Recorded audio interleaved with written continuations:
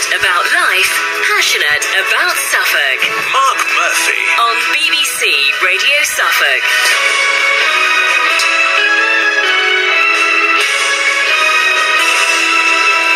We've spoken on the show in recent weeks about a resurgence on the high street of small independent shops, but unfortunately things aren't the same when it comes to fuel. The little fish are being swallowed up by the big fish. You buy in bulk and are able to offer cut prices at the pumps, which means our small filling stations are having to diversify and sell themselves with their high standards of customer service rather than rock bottom prices. You know, going out, filling up for you, that kind of stuff, like we used to have in the good old days. Well, Washbrook Service Station on the outskirts of Ipswich prides itself on good old-fashioned customer service, and Deals on Wheels has been along this morning to find out how far that goes with customers and how the increases at the pumps is affecting business.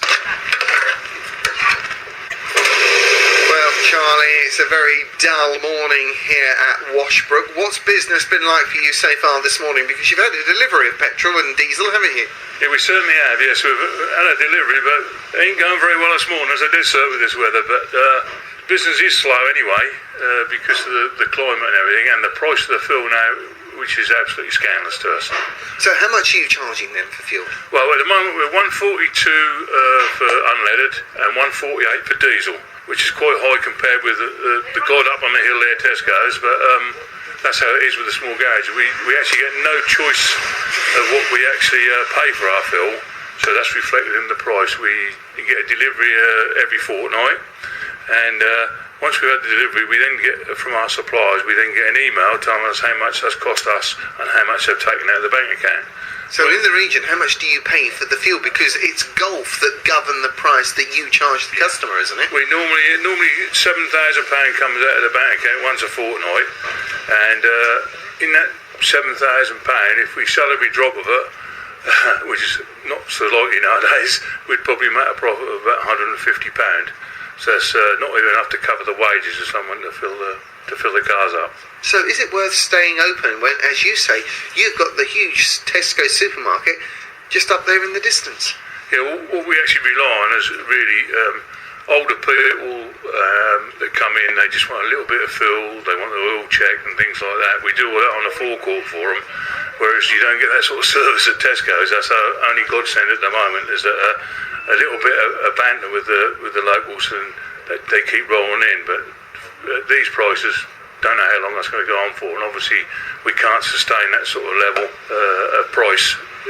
It's a bit like chucking a brick in a pond, really. That makes one plop, and then the ripples are endless. They just go on and affect everything. Food, the lot. I mean, the government says we're all in this together, but I just wonder how much of the percentage of the fuel rise reflects in their wages to what it do the normal working person, especially in the Suffolk area where wages are not quite so high as what they are in the Westminster area.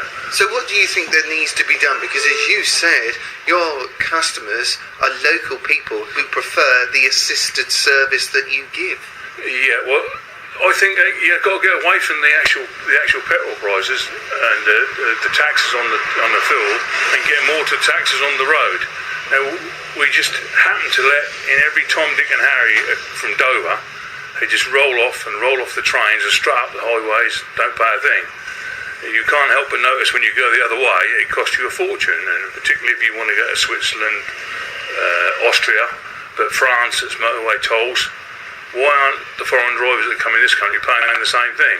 I can see there'd be plenty of people glad to work at Dover, sticking tax testers in foreign lorries. I mean, you know, I don't mind doing it myself if they're hard up someone to do it. That's quite easy.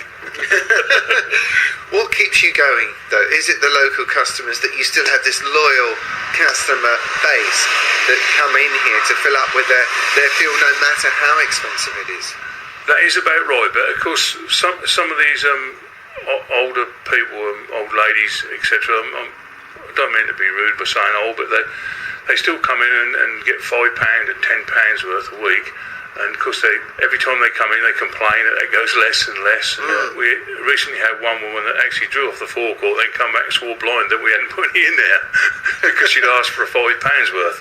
I believe the £5 was supposed to get her to Tesco's, but because she'd been running about on the warning light for 3 or 4 days, she didn't even have to do that, so you had to put £10 worth in so she could go up the hill.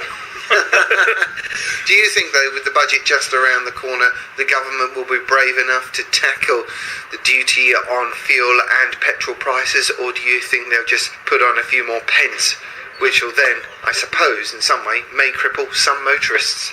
I think I don't think they've got the gall to do it, but they will do it, if you know what I mean. I think they stand there. You get the local MPs will be dead against it because of the Suffolk countryside and all the rest of it, but they've got no voice in the matter. I think that the government, they're just hell-bent on doing it.